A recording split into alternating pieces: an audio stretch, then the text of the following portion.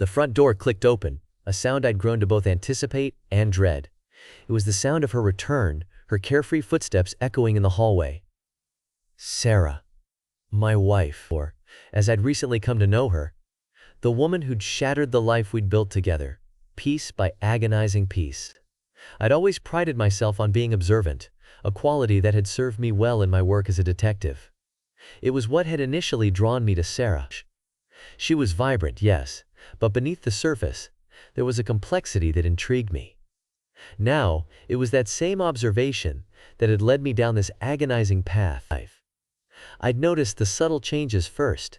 The way she'd pull away when I'd reach for her in bed, the secretive smiles she'd share with her phone, the late nights she'd claimed were work-related. At first, I'd dismissed them, attributed them to stress, to the mundane trials of married life. But the nagging doubt, the cold, insidious tendrils of suspicion, they had taken root and wouldn't let go. So, I'd started looking, not in a dramatic, accusatory way, but with the methodical patience I'd learned in my profession. I checked her phone records, numbers I didn't recognize, texts laced with a saccharine sweetness that was never shared with me. I followed her, not in a fit of rage but with a grim resolve. I wanted proof, concrete evidence that would either confirm my deepest fear or allow me to breathe freely again. And I got it. More than I bargained for. The image of her, her hand intertwined with another man's, their faces pressed together, burned itself into my memory. It wasn't just a kiss, not some momentary lapse in judgment.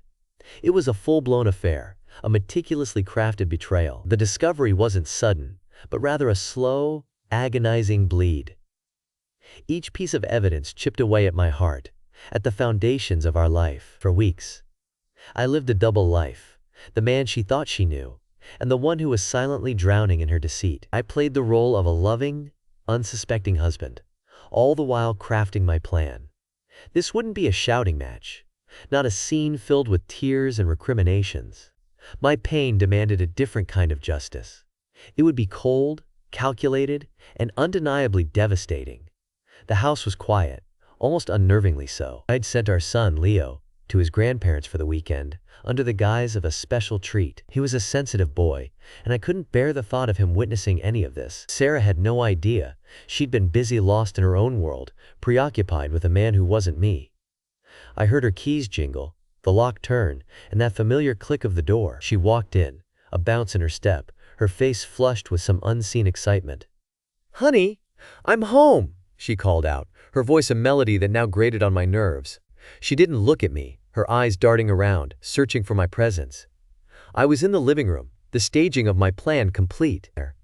I remained silent, watching her, letting her take in the scene I'd carefully orchestrated. I wasn't trying to be cruel, only to deliver a message she couldn't ignore. The first thing she'd notice was the wall I'd dedicated to documenting her betrayal. It wasn't a haphazard collage of photos, but a meticulously arranged timeline. A large, framed enlargement of the photograph I'd taken weeks ago, the one with her and her lover. Surrounding it, in neat rows, were printed transcripts of their texts, bank statements showing her extravagant purchases for him, and phone records highlighting the frequency of their clandestine communications. The evidence was overwhelming, irrefutable, and laid bare for all to see. Sarah stopped dead in her tracks, her hand flying to her mouth as if to stifle a scream. The smile vanished from her face, replaced by a look of absolute horror. She didn't speak, didn't move, her eyes wide with a terror I'd never seen. She took a hesitant step closer, her gaze flitting between the evidence, as if hoping it would somehow vanish. I could see the color drain from her face, her cheeks turning a deathly white. How did you?" she finally stammered, her voice barely above a whisper. Her eyes met mine for a moment, and in them, I saw the full weight of her actions. Fear, yes, but also a flicker of understanding, a moment of clarity. "I saw," I said, my voice flat, devoid of any emotion. "I saw everything." "Who?" She crumpled to the floor, her knees hitting the hardwood with a thud. The carefree woman had vanished, leaving behind a shell of fear and guilt. She buried her face in her hands, sobs racking her body. I watched her, but I felt nothing. No satisfaction, no triumph, just a profound sadness. Please forgive me," she begged, her voice muffled through her hands. "I don't know what came over me. It wasn't real, I swear. I love you, I really do." Her words sounded hollow, empty, a desperate attempt to cling to a life she had so carelessly discarded. And that was the point, wasn't it? Miss me. This was not about whether she loved me or not. It was about the fact she had been so willing to throw away the life we had built. Forgiveness isn't something you can ask for, I said, my voice still calm. It's something that has to be earned. I walked over to a small table. A table she'd never paid much attention to. It held a neatly organized folder, the contents of which were about to alter her life forever. I opened it, handing her the top sheet. These are the divorce papers, I explained, my gaze fixed on hers. I've already signed them. All that's left is for you to do the same. Everything is there.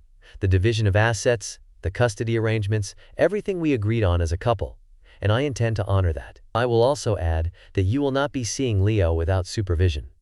You forfeited that right when you chose to betray our family. She looked at the document, her eyes scanning the legal jargon, a new wave of horror washing over her. No, she said, her voice cracking. This can't be happening. We can work through this, please. I promise. Promises, I said, a hint of bitterness creeping into my tone. Those are just words, Sarah. Words are cheap. She started to cry again, the tears running down her face, blurring her mascara. She looked so broken, so defeated, and it would have moved me if I hadn't already drained myself dry of tears. She looked at me, searching for a sign of hope, a flicker of the love we once shared. But there was nothing, just a cold, indifferent gaze. I'd spent so long mourning the loss of the woman, I thought I knew that I had nothing left to give her now. I'm going to leave you to read through everything, I said, walking towards the door. I'll be back tomorrow for your signature. And Sarah? I paused at the doorway, turning to look at her one last time. Don't expect to find me here. I left her there.